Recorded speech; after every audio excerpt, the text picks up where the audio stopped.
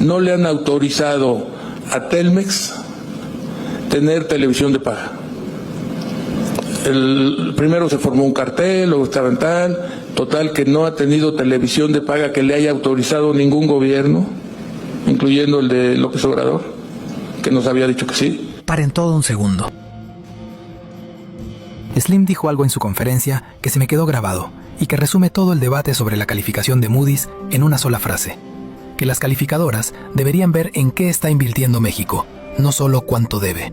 Y yo te pregunto directo, ¿tú crees que Moody's está evaluando a México con los mismos criterios con que evalúa a un país europeo que no tiene el potencial de crecimiento, la posición geográfica, el TMS y la oleada de inversión que está entrando a México ahora mismo? ¿O hay algo más en esa rebaja que no nos están diciendo? Escríbelo en los comentarios, porque esta pregunta tiene más capas de las que parece. Hay un ángulo de esta historia que directamente conecta la visión de Slim con lo que está pasando en las calles de Monterrey y Pachuca con las delegaciones mundialistas, y que tiene que ver con cómo se construye la confianza internacional en un país. Las agencias calificadoras miden números en papel, balances, déficits, ratios de deuda sobre PIB.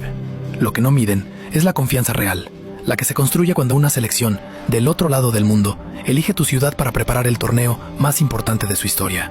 La que se construye cuando el capitán de los Bafana Bafana dice que no esperaba ser recibido así.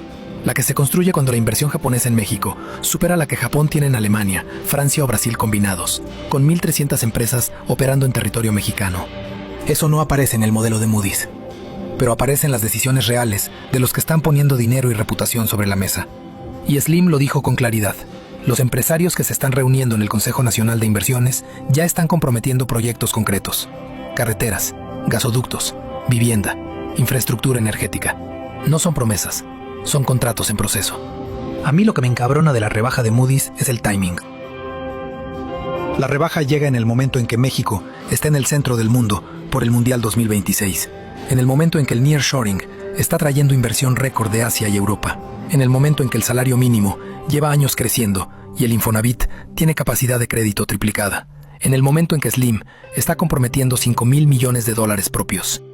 Y Moody's rebaja, en este momento específico. Las tres personas que deciden esas calificaciones, como dijo Slim sin pelos en la lengua, deberían ver en qué está invirtiendo el país, porque lo que están midiendo es el pasivo sin medir el activo.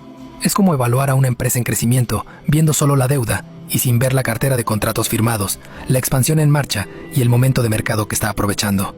Una escuela de esos grandes casonas antiguas, en que éramos 60 o 50 en la clase, maestros muy estrictos, pero sobre todo estábamos de medio internos y no podías hablar en la comida. Entonces todo ese tipo de cosas para mí eran irracionales e inaceptables. Tenía 8 años.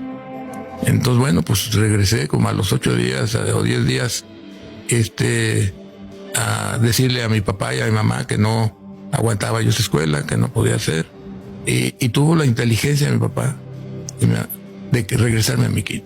Ahora, usted pierde a su padre cuando es muy joven, 13 años. ¿Cómo lo afectó? ¿Cómo lo formó? ¿Cómo lo hizo convertirse en una persona que después construyó esto que ha construido? Mira, yo tuve una infancia con mis papás muy positiva.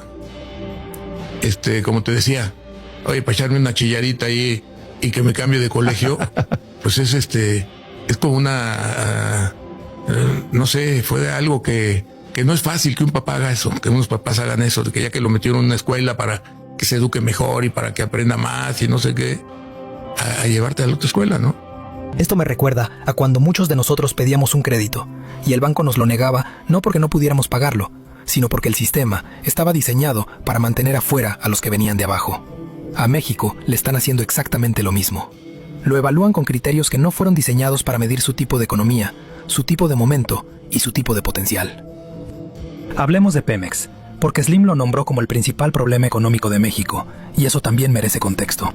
Slim dijo que México debería estar produciendo 1,8 millones de barriles diarios, y que hoy está por debajo de eso. Que en los sexenios de Salinas y Zedillo, la producción era de 2,5 a 2,9 millones de barriles diarios. Que con Fox y Calderón se llegó a 3,27 millones diarios.